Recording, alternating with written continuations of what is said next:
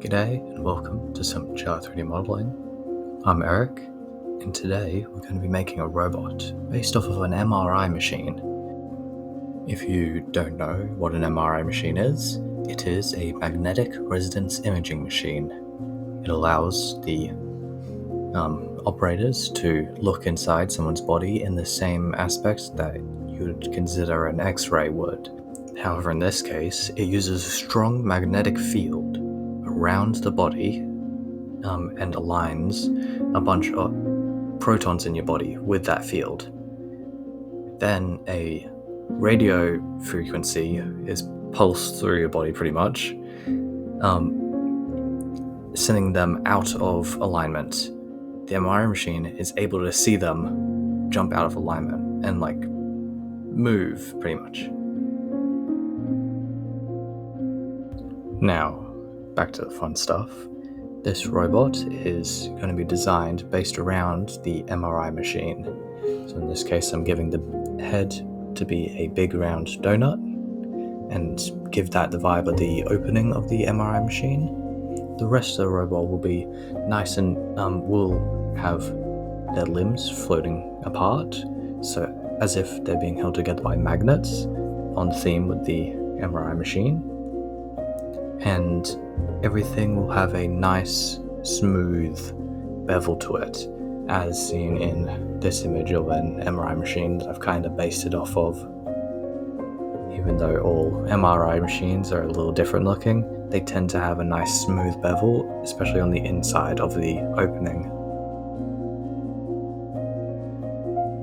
I'm achieving the nice smooth beveled look with the use of both the bevel tool and the subdivision surface modifier for some of the smaller parts that a bevel won't really be noticeable on, especially like the hands and fingers and stuff. This way it just makes them all continuously nice and smooth, which works in this case. The reason I've decided to make a robot today is it will be one of the characters of a little audio story that I'm thinking of making. Kind of the same way as the old radio broadcast stories were made. Radio plays, that's it.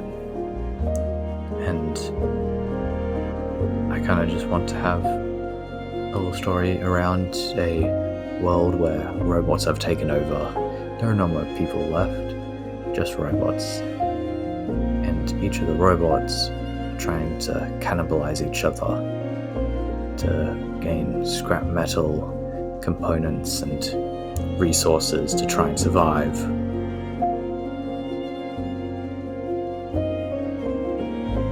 As we get close to the end of the modeling section, I mirror everything, and off the camera I rig it all so that the character has their limbs further apart. This way it prevents Substance Painter from trying to force a ambient occlusion texture onto it, because for some reason they like to do that. Between limbs I don't want ambient occlusion in, they chuck ambient occlusion in. The texture itself is rather simple.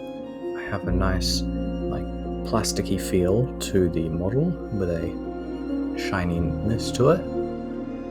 I add pretty much a ring around every single component. This is kind of representing the theme that you see on lots of MRI machines, where the two pieces of plastic that shell all the machinery, just the seam between the two pieces of plastic.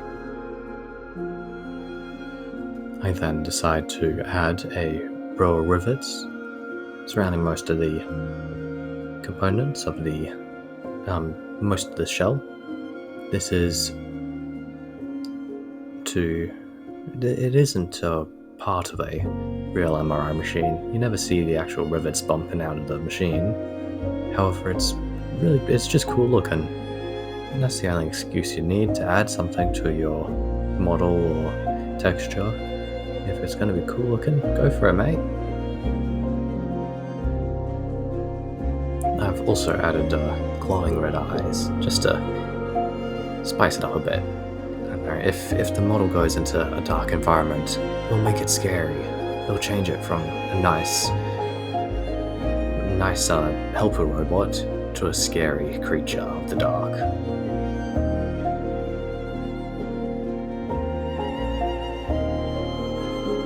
You can't forget the wear and tear, since this robot is past the extinction of humanity. It's gonna have a few bumps and bruises, and in this case scratches and wear around the edges. And to finish it all off, I add a caduceus to the chest of the robot to symbolize that it's a healer robot. And now on to the final renders.